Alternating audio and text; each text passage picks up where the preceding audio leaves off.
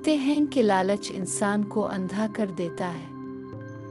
आज हम आपको सुनाएंगे एक ऐसी शहजादी की कहानी जिसका लालच उसकी सल्तनत को अंधेरों में धकेल देता है। कभी एक अजीम सल्तनत हुआ करती थी जहां लोग खुशहाल और बादशाह नेक दिल था। इसकी एक ही बेटी थी, शहजादी होरेन, जो दुनिया की सबसे हुसैन शहजादी कहलाती थी। मगर एक खामी थी, लालच। होरेन को ज़ेवरात, कीमती कपड़ों और ख़जाने का बेहद शौक था। बादशाह अक्सर कहता, बेटी, दौलत का क्या फ़ायदा अगर दिल खुश ना हो।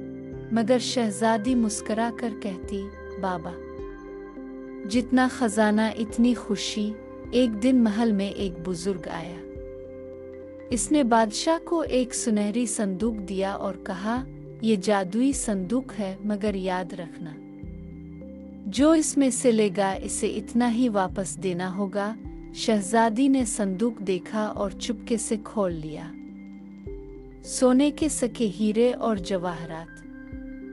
इसने सोचा, कौन वापस करेगा, ये सब तो मेरा होगा। इसने एक मुट्ठी निकाली, फिर दूसरी, फिर तीसरी, और यूं लालच बढ़ता गया। संदूक अचानक काला पड़ने लगा। महल हिलने लगा।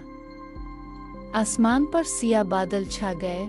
बुजुर्ग की आवाज गूंजी, लालच का अंजाम हमेशा तबाही होता है। संदूक में खिंचाव पैदा हुआ और शहजादी इसमें खिंचकर गायब हो गई। महल के सब लोग हैरान रह गए।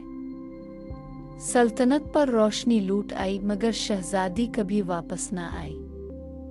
संदूक खाली रह गया, जैसे इसने कभी खजाना रखा ही ना हो। लालच इंसान को अंधेरों में धकेल देता है। जो दूसरों के हक पर कब्जा करे वो सब कुछ खो देता है। आपको ये कहानी कैसी लगी, कमेंट्स में बताएं। मज़ीद कहानियों के लिए चैनल को सब्सक्राइब करें।